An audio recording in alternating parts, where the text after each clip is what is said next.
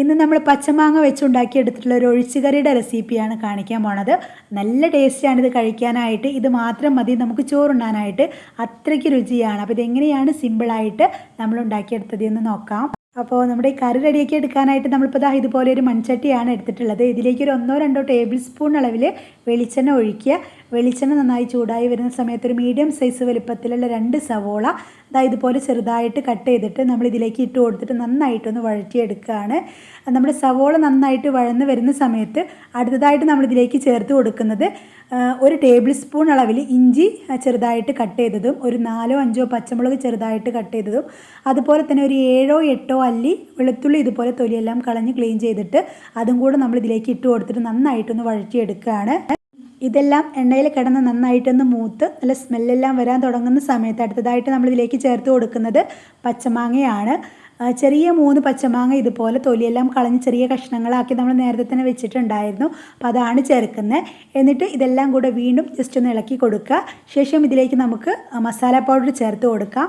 നമ്മളിപ്പോൾ ഇതിലേക്ക് 2 table spoon അളവിൽ മുളക് പൊടി, 1/2 ടേബിൾ സ്പൂൺ അളവിൽ മല്ലിപ്പൊടി, അതുപോലെ തന്നെ 1/2 ടേബിൾ സ്പൂൺ അളവിൽ മഞ്ഞൾപ്പൊടി, 1/4 ടേബിൾ സ്പൂൺ അളവിൽ ഉപ്പും കൂടെ ചേർത്ത് കൊടുത്തിട്ട് വീണ്ടും ജസ്റ്റ് ഇതുപോലെ ഒന്ന് ഇളക്കി കൊടുക്കുകയാണ്.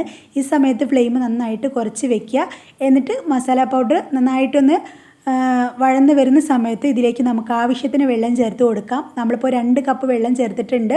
എന്നിട്ട് വീണ്ടും നന്നായിട്ട് ഇതുപോലെ ഒന്ന് ഇളക്കി കൊടുത്തതിന് ശേഷം അടച്ച് വെച്ച് ഹൈ ഫ്ലെയിമിലിട്ട് നമുക്കിതൊരു 5 മിനിറ്റ് വേവിക്കാം. മൺചട്ടിയിൽ കുക്ക് ചെയ്തെടുക്കുന്നത് കൊണ്ട് തന്നെ നമ്മൾ 5 മിനിറ്റ് കഴിഞ്ഞതിന് ശേഷം വീണ്ടും ജസ്റ്റ് ഒന്ന് ഇളക്കി കൊടുത്തതിന് ശേഷം വീണ്ടും അടച്ച് വെക്കുകയാണ്.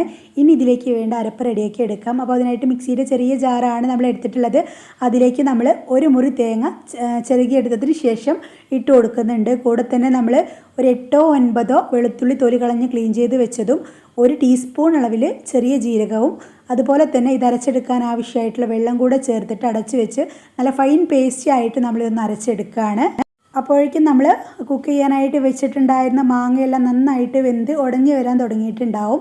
അപ്പോൾ ഇതുപോലെ നന്നായിട്ട് വെന്തതിന് ശേഷം നമ്മൾ അരച്ച് വെച്ചിട്ടുണ്ടായിരുന്ന അരപ്പ് ഫുള്ളായിട്ട് ഇതിലേക്ക് ഒഴിക്കാം. എന്നിട്ട് വീണ്ടും ജസ്റ്റ് ഇതുപോലെ ഒന്ന് ഇളക്കുക. ഈ സമയം വെള്ളം കുറവാണെന്ന് തോന്നുകയാണെങ്കിൽ മാത്രം ഇതിലേക്ക് ആവശ്യത്തിന് വെള്ളം കൂടെ ചേർക്കാം.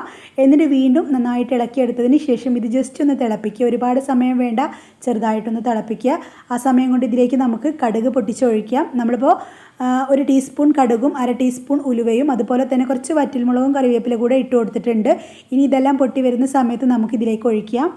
അപ്പോൾ നല്ല ടേസ്റ്റി ആയിട്ടുള്ള തനി നാടൻ മാങ്ങാക്കറി റെഡിയായി വന്നിട്ടുണ്ട്. എല്ലാവരും ഒന്ന് ട്രൈ ആക്കി നോക്കുക.